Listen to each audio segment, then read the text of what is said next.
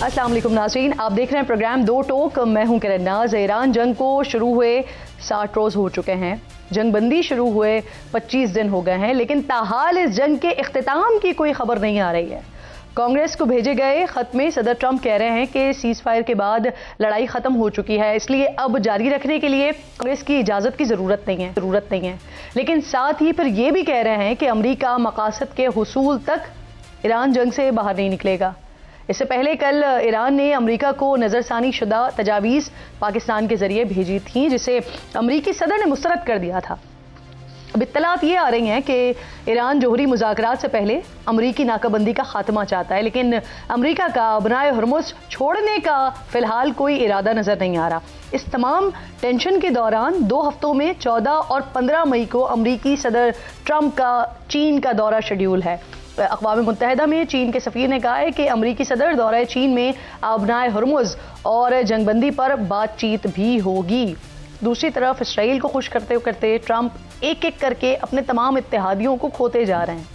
Iran जंग पर America और जर्मनी का तनाज़ा इतना शिद्दत इख्तियार कर गया है कि ट्रंप ने जर्मनी से 5000 फ़ौजी वापस बुलाने का ऐलान कर दिया है। ये अहम फैसला जर्मन चांसलर के 27 अप्रैल के बयान के बाद सामने आया है, जिसमें उन्होंने कहा था कि ईरानी तवक्को से ज़्यादा मजबूत साबित हुए हैं और अमरीकियों के पास मुज़ाकरात की कोई वाज़ेह हिकमत अमली नहीं है। अब यहाँ तक कि माजी में अमरीका के साथ मिलकर लड़ने वाले नेटो इत्तेहादियों ने ईरान जंग में साथ देने से इनकार कर दिया है। सदर ट्रंप ने इटली और स्पेन से भी फ़ौज निकालने की धमकी देते हुए कहा है कि ये ममालिक आबनाए हुर्मुज़ में फ़ौजी कार्रवाइयों की हिमायत से इनकार करके हमारे साथ ताउन नहीं कर रहे हैं। यूरोप में दिसंबर 2025 तक यूरोप भर में तकरीबन 68,000 अमरीकी फ़ौजी मुस्तकिल थे। यूरोप में अमरीकी फ़ौज की ये मौजूदगी 31 मुस्तकिल अड्डों और 19 इजाफी मकामात पर मुश्तमिल है। इस तमाम सूरत हाल को देखते हुए ये कहना तो बिल्कुल भी गलत नहीं होगा कि ट्रंप की ईरान जंग अमेरिका को माली तौर पर ही नहीं बल्कि स्ट्रैटेजिकली और जियोपॉलिटिकली भी काफ़ी महंगी पड़ रही है। और इसराइल से दोस्ती निभाते निभाते अमेरिका अपने यूरोपीय इत्तेहादियों को दूर कर रहा है। प्रोग्राम में इस सारे मामले पर बात करने के लिए मेरे इंतहाई मौजूद मेहमानों में मुझे major general retired Zahid Mahmood साहब डिफेंस एनालिस्ट हैं, ज्वाइन कर रहे हैं। इसके साथ साथ डॉक्टर गुले आयशा भट्टी हैं, माहिर आलमी उमूर की, मुझे ज्वाइन कर रही हैं। मैं आप दोनों की बेहद शुक्रगुजार हूँ। जलील साहब, आपसे ज़रा बात का आगाज़ करते हैं। इस वक्त जो सिचुएशन बनी हुई है अमेरिका और ईरान के दरमियान, डेडलॉक ख़त्म नहीं हो रहा, स्टेलमेट भी हमें कहीं नजर नहीं आता, लेकिन उसके साथ साथ जो सिफारतकारी है वो टेलीफोनिक सिफारतकारी भी हो रही है। एक तरफ ट्रंप साहब कोई और स्टेटमेंट देते हैं, फिर दूसरी तरफ कोई और स्टेटमेंट देते हैं, फिर उसके बाद ईरान में आबनाए हुर्मुज़ के हवाले से, जौहरी मामलात के हवाले से अलग अलग स्टेटमेंट्स उनके सामने आते हैं। ईरान इस ख्वाहिश का इजहार कर रहा है और बारहा कर चुका है कि आप स्टेट ऑफ हुर्मुज़ को खोलें, टेबल पर आएँ और जो बाकी मांदा मामलात हैं जिस पर कई अरसे से बातचीत हो रही थी वो फिर बाद में हो जाएंगे या फिर उसके बाद वो अब आगे चलेंगे। लेकिन ट्रंप साहब अब अड़ गए हैं इस बात पर कि जब तक आबनाए हुर्मुज़ का मामला भी उन्हीं मुज़ाकरात का हिस्सा है। तो आपको कोई रास्ता निकलता हुआ दिखाई दे रहा है? जी, thank you very much Kiran for having me, और मेरा डॉक्टर आयशा साहिबा को बहुत सलाम। देखिए, इस वक्त बड़ी कॉम्प्लेक्स सिचुएशन है जी। आबनाए हुर्मुज़ जो है ये एक वो कार्ड है जो वॉर की प्रोडक्शन है जी। It was not an old issue कि इसके ऊपर कोई फ्रेमवर्क तो एग्जिस्ट नहीं करता। जैसे न्यूक्लियर के ऊपर फ्रेमवर्क है और बाकी एलिमेंट्स के ऊपर भी ऑलरेडी एग्जिस्टिंग फ्रेमवर्क्स हैं, या जो बातचीत काफ़ी उसके ऊपर हो चुकी है। दोनों साइड्स को एक दूसरे का पता भी है कि वो कहाँ तक खेल सकते हैं, कहाँ तक जा सकते हैं, एक दूसरे की असेसमेंट भी उन्होंने की हुई है। बट आबनाए हुर्मुज़ जो है इस वक्त एक कंटेंशन बन गया। अच्छा, वॉर भी जो है आबनाए हुर्मुज़ में जारी है। कहने को तो सीज फायर है, और प्रेसिडेंट ट्रंप ने बड़ा स्मार्टली जो कांग्रेस से 60 डेज के बाद अप्रूवल लेना था उसको भी बाईपास उन्होंने कर लिया है। And is a smart brain. Unpredictable तो लोग बहुत कहते हैं उनको, लेकिन वो अनप्रेडिक्टेबिलिटी को ही अपना वो फेस रख के और बहुत सी चीजें हथियार समझते हैं, बेहतरीन। बिल्कुल। देखिए, इस वक्त वी नीड टू अंडरस्टैंड, और ईरान को भी पता है कि आबनाए Hormuz and horizontal expansion of war in the Middle East, ये दोनों चीजें जो है ना, ये मेरी वो है मेन कार्ड है जी, जिनको उसने यूज करना है। 12 दिन की जो जंग हुई, जो फेज 1 जिसको मैं कहता हूं, उसमें Kiran Iranians couldn't mount their response जी, रिस्पॉन्स नहीं माउंट कर सके। जिसने फिर एम्बोल्डन किया अमेरिका को और इसराइल को to further with their military designs. अच्छा, मिलिट्री डिजाइंस भी, जी मिलिट्री एप्लीकेशन भी कर ली, उसने चेकमेट नहीं दिया। आपने डिप्लोमेटिक इनिशियल स्टेजेस में टॉक्स को अगर सिंसेरिटी से करना होता, यानी सिंसेरिटी उसमें मौजूद जी होती, तो जो अब्दाय हर्मुज को जी।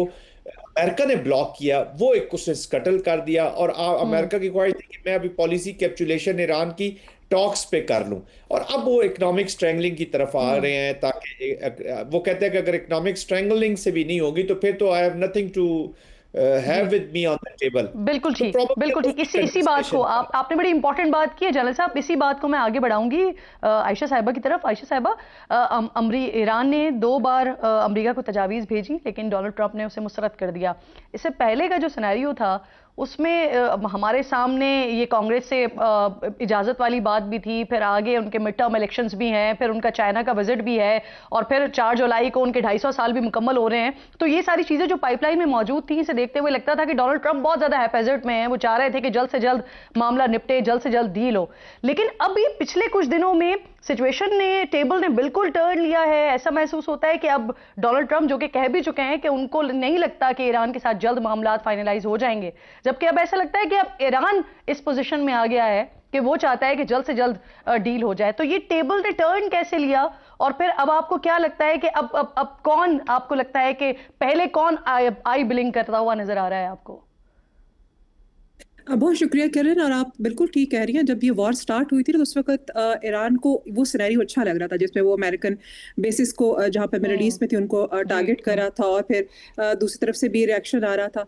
तो वो वॉर ऑफ एटिशन में उसको लगता था कि ये, उसके लिए तो वो पिछले कई सालों से तैयार भी था। तो उसने कहा हाँ ये ठीक है, वॉर ऑफ एटिशन जरा लॉन्ग चलती है और डैमेज बहुत ज्यादा होता है एडवर्सरी का, तो Iran was okay with that. लेकिन ये जो नेवल ब्लॉकेड हुई ना, इसने एक जो ईरान की जो इकोनॉमिक स्ट्रैंगुलेशन है ना, वो उसका बुनियाद रख दी। और आप देखें एवरी डे जो उसके इकोनॉमिक हेमरेज जो है ना, वो ऑलमोस्ट 435 मिलियन से 500 million per day, dollar per day पे जा रहा है उसका। और फिर उसका जो टोटल डायरेक्ट और इनडायरेक्ट जो डैमेज है ईरान का इस वॉर में, वो 270 बिलियन डॉलर है, जो कि अराउंड 60% उसका एनुअल जीडीपी है। इतना ज्यादा वो फेस कर रहा है। फिर एवरी डे उसकी देखें फूड की, ऑयल की प्राइसेस ज्यादा होना, फिर वो नेवल ब्लॉकेट की वजह से वो एक्सेसिबिलिटी बहुत मुश्किल है। यानी इवन मैं देख रही थी कि ब्रेड की जो प्राइस है ना ईरान में, वो 136% इंक्रीज हुई है। यानी रोटी भी नहीं है यहाँ, ब्रेड भी नहीं है। तो ये वो चीजें हैं जो उसको उसको लेकर आ रही है ईरान को कि हाँ अभी कुछ सोल्यूशन होना चाहिए, बिकॉज ये बहुत मुश्किल है। और ऐसा ही ना वर्ल्ड वॉर 2 में भी यूएस ने जापान के साथ भी किया था, जब उसने उसके सबमरीन के थ्रू उसकी ब्लॉकेट की, तो उस वक्त भी फूड और ऑयल और वाइटल वॉर मटेरियल, ये सब कुछ एक्सेसिबिलिटी जी जापान के लिए बहुत मुश्किल हो गई थी। तो ये एक बड़ी इंटरेस्टिंग सी टेक्निक थी अमेरिका की ये वॉर की, जिसमें उन्होंने कोशिश की कि अब टेबल्स टर्न किए जाएं। और हम देख भी रहे हैं कि ईरान एक के बाद दूसरा प्रपोजल भेज भी रहा है। लेकिन अब उस प्रपोजल के भेजने के साथ जी। अमेरिका कितना रेडी है या कितना इंटरेस्टेड है, ये देखिए हमने देख भी लिया। और जिस तरह से उन्होंने अच्छा, वो भी किया। आयशा साहबा, यहाँ पर एक और बात भी इम्पोर्टेंट है कि जैसे मैंने पहले भी तस्करा किया कि ये कोशिश की जा रही थी कि जो चाइना वाला विजिट है सदर ट्रंप का, ये दोबारा ये किसी तातुल का शिकार ना हो, ये दोबारा कैंसिल ना हो, और इससे पहले पहले मामला हल हो जाएं। लेकिन अब चाइना की तरफ से जिस तरह का स्टेटमेंट आया है, अब चीनी सफीर जो अक़वाम मुत्तहिदा में है, वो ये कह रहे हैं कि डोनाल्ड ट्रंप का जो विजिट है उसमें ये आबनाए हुर्मुज़ के हवाले से भी बात होगी, इसके अलावा जो मुज़ाकरात ईरान के साथ होने हैं उस हवाले से भी बात होगी। तो आपको लगता है कि चाइना कोई रास्ता निकाल सकता है, चाइना डोनाल्ड ट्रंप को मना सकता है इस सारी सिचुएशन में? मेरा ख्याल है कि ये बहुत खुशाइंद है। उसकी वजह ये कि जितने ज्यादा स्टेक होल्डर्स इसमें बैठेंगे ना, उतना ज्यादा ही जल्दी मसला हल होगा।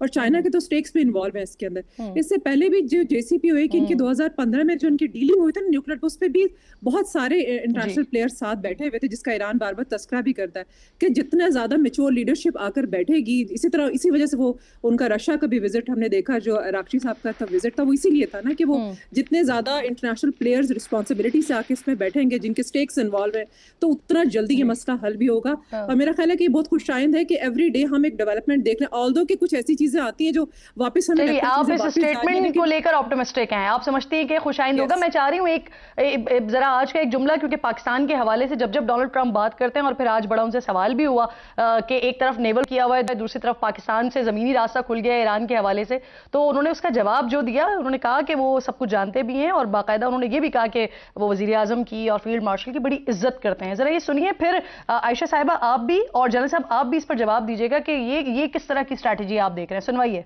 Pakistan has opened the land route with Iran. Did they consult you before opening it up to Iran? And are you aware of it? That was a vicious bee. I know everything about it. Yeah, I have great respect. Are you from Pakistan? I have great respect for Pakistan and for the Field Marshal and for the Prime Minister. Yeah, I know that. Ayesha साहब, आप पहले आप ही comment कर दीजिए इस पर। ये पाकिस्तान की मेरा ख्याल है स्ट्रैटेजी ये को कैसे देख रहे हैं आप कि एक तरफ नेवल ब्लॉकेड है, लेकिन दूसरी तरफ जमीनी रास्ता वो भी पाकिस्तान से।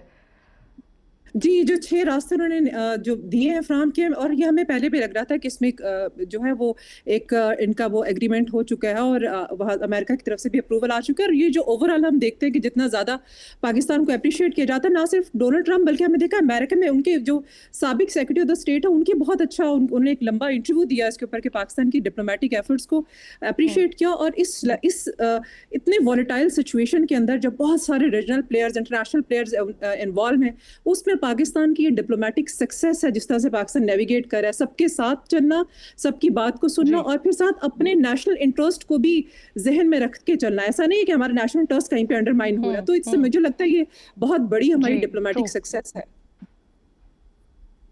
बिल्कुल ठीक है, जाने साहब।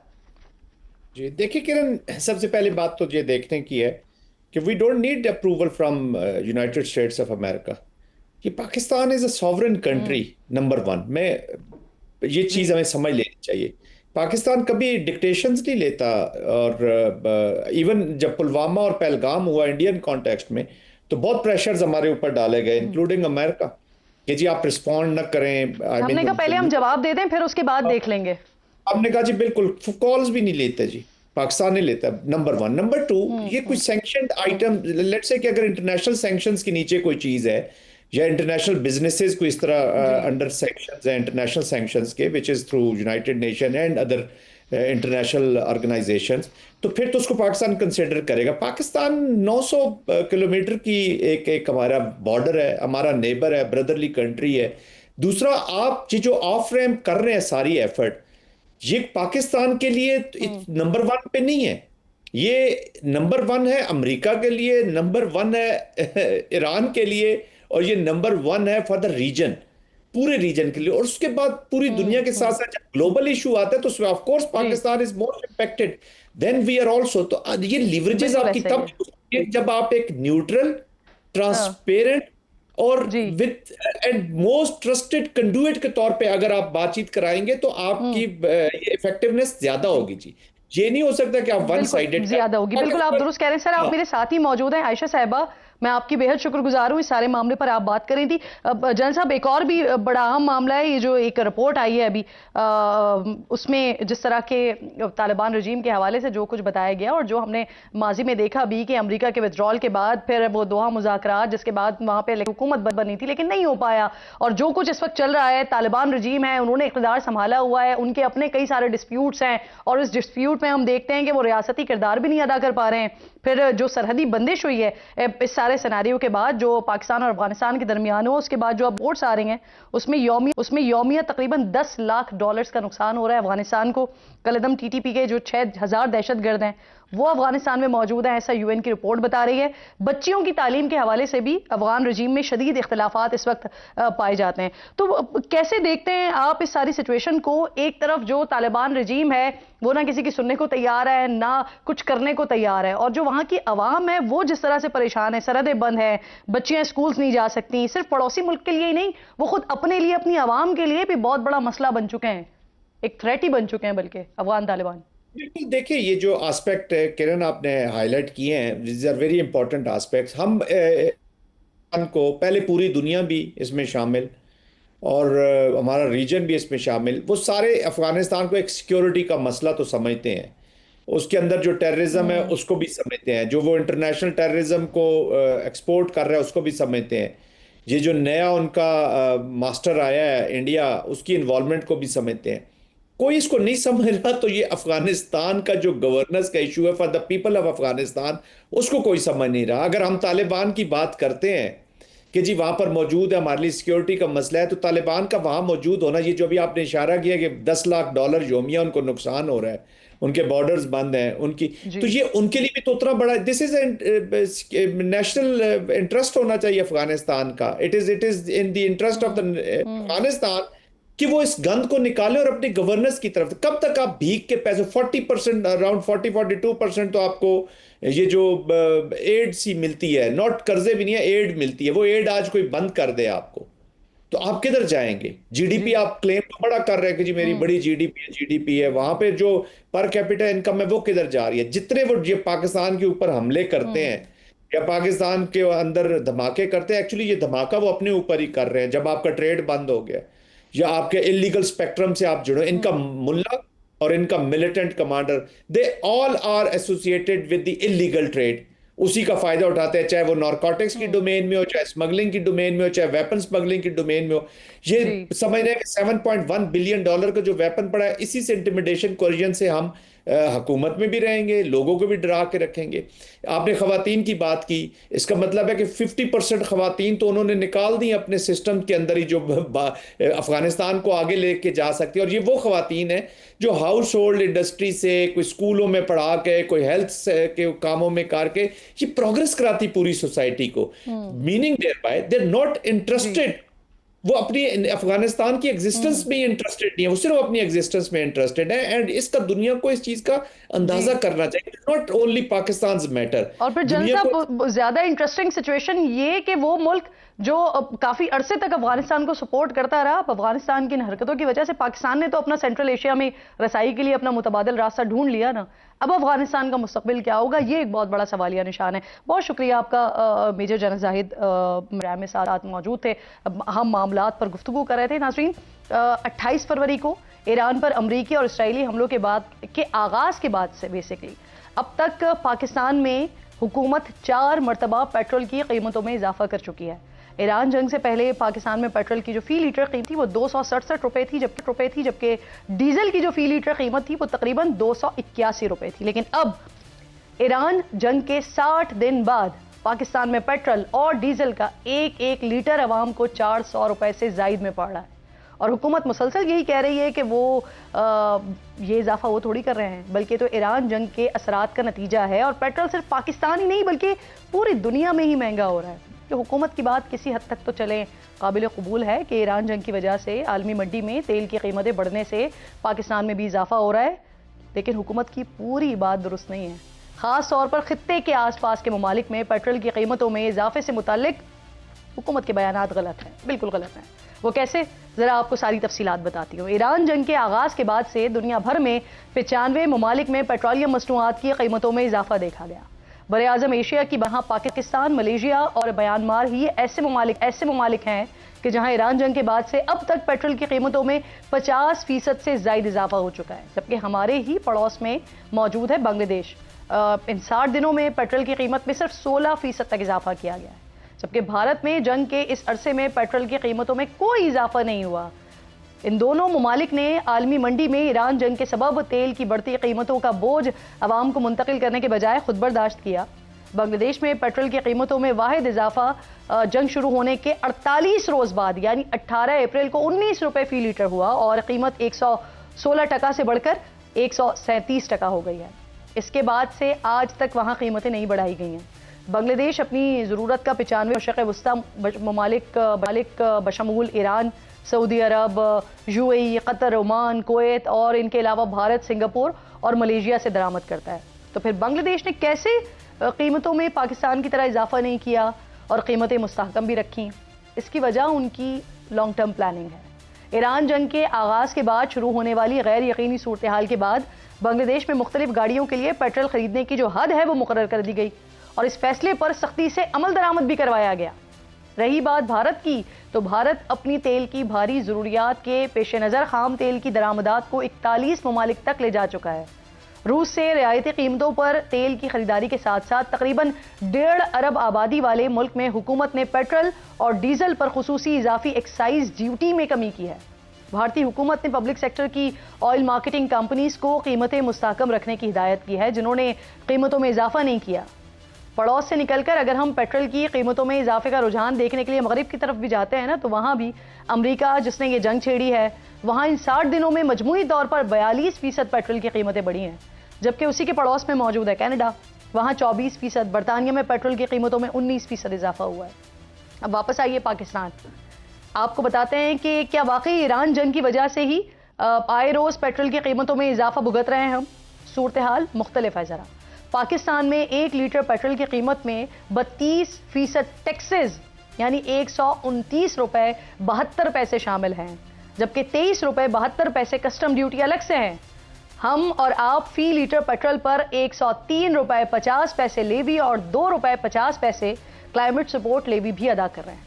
जबकि 2 रोज पहले हुकूमत ने डीजल पर 0% जो लेवी थी वो खत्म करके फी लीटर डीजल पर 28 रुपए 69 पैसे पेट्रोलियम लेवी भी आयद कर दिया है। तो क्या ये भी आलमी मार्केट में तेल की कीमतों में उतार चढ़ाव के बाइस हुआ है?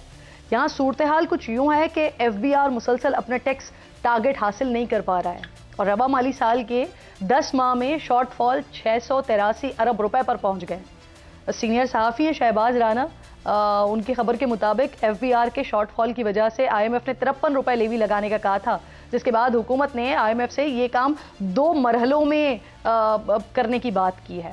पहले डीजल पर लेवी को 0 से बढ़ाकर 28 रुपए से जायद कर दिया और अब आप खुद ही फैसला कर लें कि इन 2 माह के दौरान पाकिस्तान में दुनिया भर में दूसरे नंबर पर पेट्रोल महंगा ईरान जंग की वजह से हुआ है या फिर हुकूमती नाअहलियों के बायस हुआ है। देख लीजिए, ब्रेक के बाद वापस आते हैं।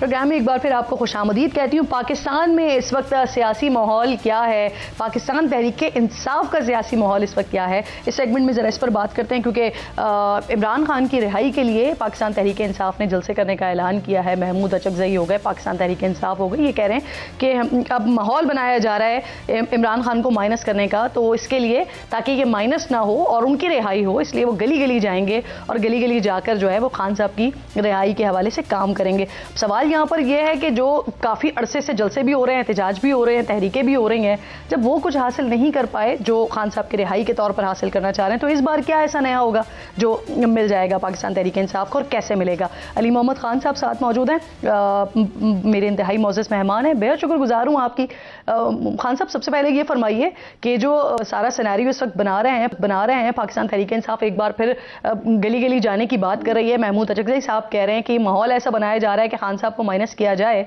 तो मुझे फरमाइए कि इस बार आप लोग जो जलसे करेंगे या गली गली जाएंगे या अवामी तहरीक चलाएंगे, तो उससे क्या ऐसा हासिल करेंगे और उसमें क्या ऐसा नया करेंगे कि जो आपका ऑब्जेक्टिव है वो अचीव कर लें? जी, बहुत शुक्रिया। बिस्मिल्लाहिर्रहमानिर्रहीम। अल्लाहुम्मा सल्लि अला मुहम्मदिन व आलिहि व अस्हाबिहि वसल्लम। बहुत अहम बयान मोहतरम अचकज़ई साहब ने दिया है। बहुत ही संजीदा सियासी लीडर हैं और कभी गैर संजीदा बात नहीं करते, ना बगैर दलील के करते हैं। मैं तो ये -1 की बात तो हम सब करते थे हम कि -1 नामंजूर है और जाहिर है हम किसी को ना भी कबूल नहीं हो सकता जब तक हम जैसे लोग मौजूद हैं, सवाल ही पैदा नहीं होता। लेकिन अगर अचकज़ई साहब जैसे शख्स ये बात कर रहे हैं, जाहिर है वो तहरीक इंसाफ से नहीं है, वो हमारे माजी में मुखालिफ भी रहे हैं। रजीम चेंज में वो मियाँ साहब के साथ थे और अब अल्हम्दुलिल्लाह वो हमारे साथ हैं। खान साहब ने पे बड़ा एतमाद किया, अपोजिशन लीडर बनाया, तो उनका बतौर पाकिस्तानी, बतौर पश्तून वो अपनी जिम्मेदारी पूरी कर रहे हैं। हमारे जो उस तरफ के जो ट्राइबल बेल्ट के जो पश्तून हैं, जाहिर है ये चीजें बड़ी मैटर करती हैं। अच्छा खान साहब, ये जो आपने बात की ना, ये आपने बड़ी इंपॉर्टेंट की, सॉरी टू इंटरप्ट यू, क्योंकि आप पहले इंपॉर्टेंट बात कर चुके हैं। मैं चाह रही हूँ सिर्फ सवाल इस पे ले लें, एक सवाल ले लें, फिर आप अपनी बात को कंटिन्यू कर लीजिएगा। आप कह रहे हैं कि जो माइनस वाली बात है ये तो आप लोग काफी अरसे से कर रहे हैं। जी हाँ, आप मेरे प्रोग्राम में भी ये बात 1-2 दफा कर चुके हैं। तो कौन लोग हैं वो जो खान साहब की जगह लेना चाह रहे हैं वैसे, जिसकी वजह से फिर इतना इंपॉर्टेंट बयान अचकज़ई साहब को देना पड़ा? जी, मैं उसी तरफ आ रहा था कि वो समझते हैं कि जब उन पे इमरान खान साहब ने एतमाद किया है तो उनका जो कल्चर है, जो हम सबका कल्चर है, और वो पश्तून बतौर पाकिस्तानी, बतौर पश्तून, वो समझते हैं कि उन्होंने इमरान खान साहब के लिए हर तरह का स्टैंड लेना है।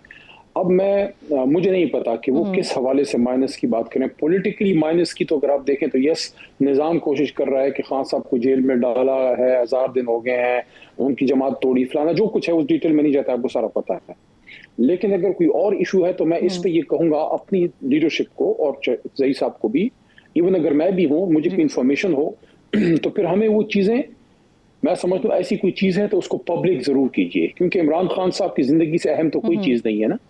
और मैं परसों अडियाला था, डे बिफोर यस्टरडे, वहाँ मैंने ये बात की, मैंने बसद एहतराम की कि मैं रावलपिंडी में हूँ, ये बड़ा शहर है, पाकिस्तान के लिए बड़ा अहम शहर है, लेकिन यहाँ हम 3 वज़ीर आज़म गंवा चुके हैं, लियाकत अली खान साहब शहीद, बेनज़ीर साहिबा या उनके साथ साथ भुट्टो साहब जो फांसी चढ़े, तो कौम अब किसी और कुर्बानी के लिए, इस तरह की नुकसान के लिए तैयार नहीं है। तो एक तो ये नुकता हो गया। आपने दूसरी बात की कि जो एहतजाज की आपने बात की, तो यस, पॉलिटिकल एहतजाज होना चाहिए।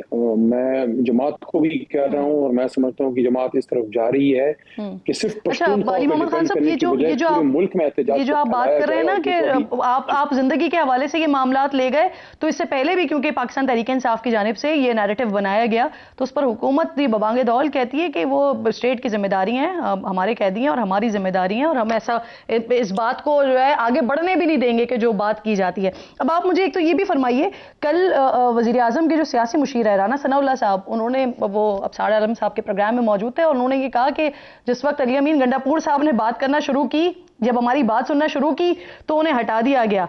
अब आफरीदी साहब सुन रहे हैं तो कुछ लोग उनसे भी नाराज हो गए हैं और उनकी छुट्टी कराना चाहते हैं। और फिर कल कुछ हमने चीजें देखी भी, ये कुछ फेक न्यूज चलना शुरू हो गई सुहेल आफरीदी साहब को हटाने के हवाले से। तो सर, बड़ी इंपॉर्टेंट बात कर गए हैं राना सनाउल्लाह साहब, अब सुहेल आफरीदी को भी हटाने की तैयारी हो रही है क्या? देखिए, इख्तियार तो खान साहब को ही है, और मैं नहीं समझता कि इस मौके पे दूसरी बार वज़ीर आला का हटाना कोई मुनासिब फैसला होगा। मेरे इल्म में ऐसी कोई चीज़ नहीं है। और दूसरा ये है कि राना सनाउल्लाह साहब तो बड़े पुराने जहांदीदा सियासी हुआ है, वर्कर हैं, कारकुन हैं अपनी जमात के।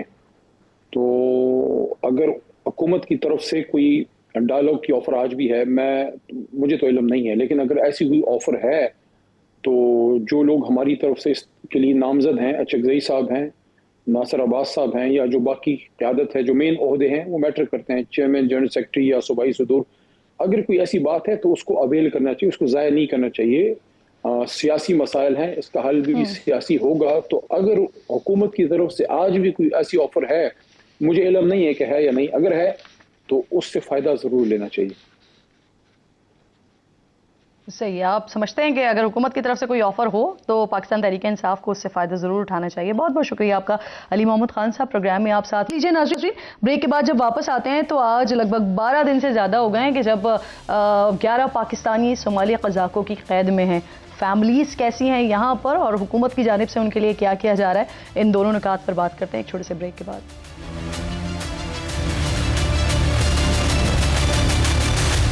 प्रोग्राम में एक बार फिर आपको खुशामदीद कहती हूँ। एक और इंतहाई अहम मामला, 21 अप्रैल को सोमाली क़ज़ाकों ने एक जहाज़ MT Honor 25 ऑयल टैंकर इसे अगवा किया, जिसमें 17 रुकनी अमला मौजूद था, और बताया ये जा रहा है कि 10 से 11 जो अमले के अराकीन हैं उनका ताल्लुक़ पाकिस्तान से है।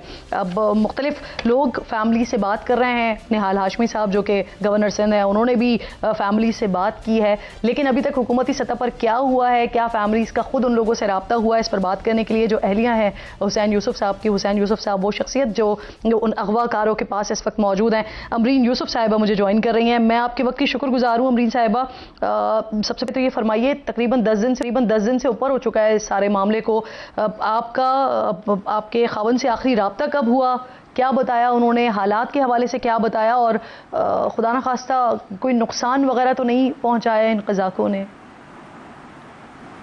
देखें, आज पूरे 12 दिन हो चुके हैं और ये 21 अप्रैल को जो है ये जहाज़ हाईजैक हुआ था, और अभी मेरी 2 दिन पहले उनसे बात हुई है, तो उन्होंने सिर्फ मुझसे कहा कि स्पीकर पे कॉल है और बस आप अपनी खैरियत दें और बच्चों की खैरियत दें, इसलिए इसके अलावा उन्होंने कोई मुझसे बात नहीं की। आप लोगों ने जी, आप अपनी बात मुकम्मल कीजिए। बस ये 2 दिन पहले जो मेरी लास्ट से कोई डिमांड वगैरह रखी है आपके सामने, क्योंकि जो 2 आप कह रही हैं कि उन्होंने आपसे खैरियत पूछी, आपकी बच्चों की खैरियत पूछी, तो क्या कोई जो क़ज़ाक वहाँ पे जिन्होंने अगवा किया है, जो अगवाकार हैं, उन्होंने कोई डिमांड वगैरह रखी है आपसे? नहीं नहीं, कोई डिमांड नहीं है, और बस उन्होंने इसीलिए कहा कि स्पीकर पे हैं और सामने खड़े हुए, तो उन्होंने कहा कि बस सिर्फ अपनी खैरियत दें और बच्चों की खैरियत, मैं बस सही हूँ, ज़्यादा उन्होंने कोई बात नहीं। बाकी लोग जो वहाँ पर फंसे हुए हैं, उन फैमिलीज़ के साथ आप राब्ते में हैं? जी, मैं राब्ते में हूँ। उन फैमिलीज़ से क्या बात हुई है, या कुछ पता चल सका कि मकसद क्या है इनको अगवा करने का, या कोई डिमांड वगैरह उनके पास आई हो? नहीं, डिमांड तो किसी भी फैमिली से नहीं की गई है, डिमांड उन्होंने किसी फैमिली से नहीं की। शायद उन्हें 2 से 3 मिनट के लिए फ़ोन दिया जाता है कि सिर्फ आप खैरियत दे दें, तो लास्ट में 2 दिन पहले बात हुई है। अच्छा, ये बताइए, आज आप लोगों की तरफ से एक प्रेस कॉन्फ्रेंस भी की गई, आप लोगों ने कहा हुकूमत इस मामले पर कमेटी बनाए, तो क्या कोई राब्ता वगैरह हुआ है उसके बाद हुकूमत की तरफ से? हुकूमत ने कोई यकीन दहानी आप लोगों को करवाई हो कि उन्हें छुड़वाने के लिए हुकूमत क्या कर रही है, क्या इक़दाम उठा रही है, इस बारे में कोई बात हुई है? नहीं, किसी से भी कोई बात नहीं, किसी ने राब्ता नहीं किया।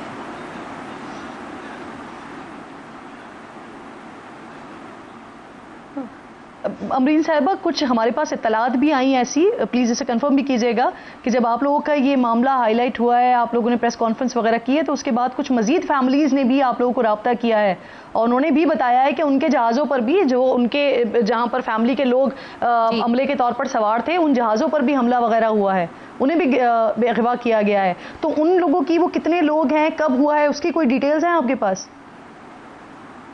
नहीं, उसकी मेरे पास कोई डिटेल नहीं है। मैंने भी 3 से 4 दिन पहले ये न्यूज़ सुनी है, और ये भी नहीं पता कि उस पर पाकिस्तानी है या नहीं है, मुझे नहीं मालूम। बस मैं ये सिर्फ ये बयान करना चाहूँगी कि देखें, उस रूट पे और जहाज़ भी चल रहे हैं जिसपे मेरे हस्बैंड के फ्रेंड्स वगैरह भी हैं दूसरे जहाज़ों पे, तो देखें उनके पास भी कोई सेफ्टी सिक्योरिटी नहीं है। आज जैसे ये चीज़ हमारे साथ हुई है, कल किसी के साथ भी हो सकती है। तो जो लोग सोमालिया उस सी में ट्रैवल कर रहे हैं, तो वो भी सेफ़ नहीं है।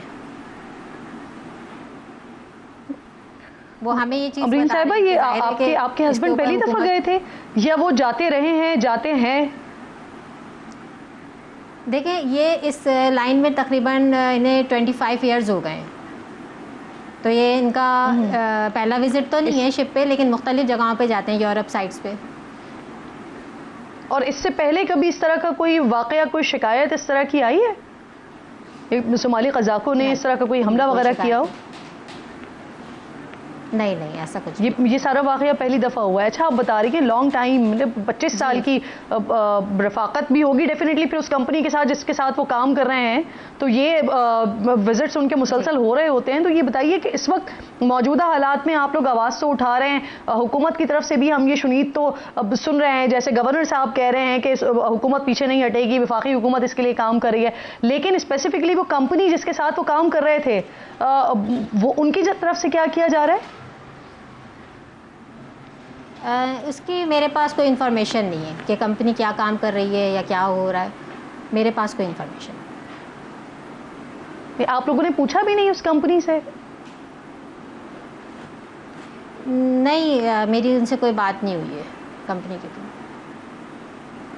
सही। अमरीन साहिबा, प्लेटफॉर्म मौजूद है, आपने आज प्रेस कॉन्फ्रेंस भी की है, मेरा प्रोग्राम भी यहाँ पर मौजूद है आपके लिए। अगर आप कोई अपील करना चाहें वज़ीर आज़म से, हुकूमत पाकिस्तान से, तो आपके लिए प्लेटफॉर्म हाजिर है, प्लीज़। देखिए, मैं ये कहना चाहूँगी, जो भी रेलेवेंट्स वगैरह हैं वो बस हुकूमत से ये अपील है कि वो एक कमेटी तश्कील दे दें और एक पर्सन अपॉइंट कर दें।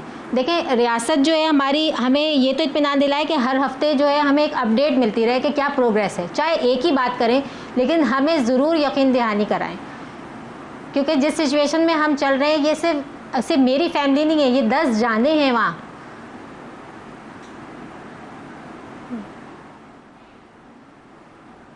सही, ये यकीनन मुश्किल वक्त है आपके लिए, न सिर्फ आपके लिए बल्कि वो तमाम फैमिलीज़ जो इस सिचुएशन से गुजर रही हैं कि उनका कोई प्यारा शिप पर मौजूद है और उसे अगवा कर लिया गया है और अभी तक बताया भी नहीं जा रहा कि वो अगवाकार चाहते क्या हैं, अगवा किया क्यों गया है। अमरीन यूसुफ साहिबा, बहुत बहुत शुक्रिया। हम भी अपने प्लेटफॉर्म से गुजारिश करेंगे हुकूमत से कि इस मामले को फौरी तौर पर देखा जाए। वक्त ख़त्म हो गया है, इंशाल्लाह नाज़रीन से मुलाकात होगी कल।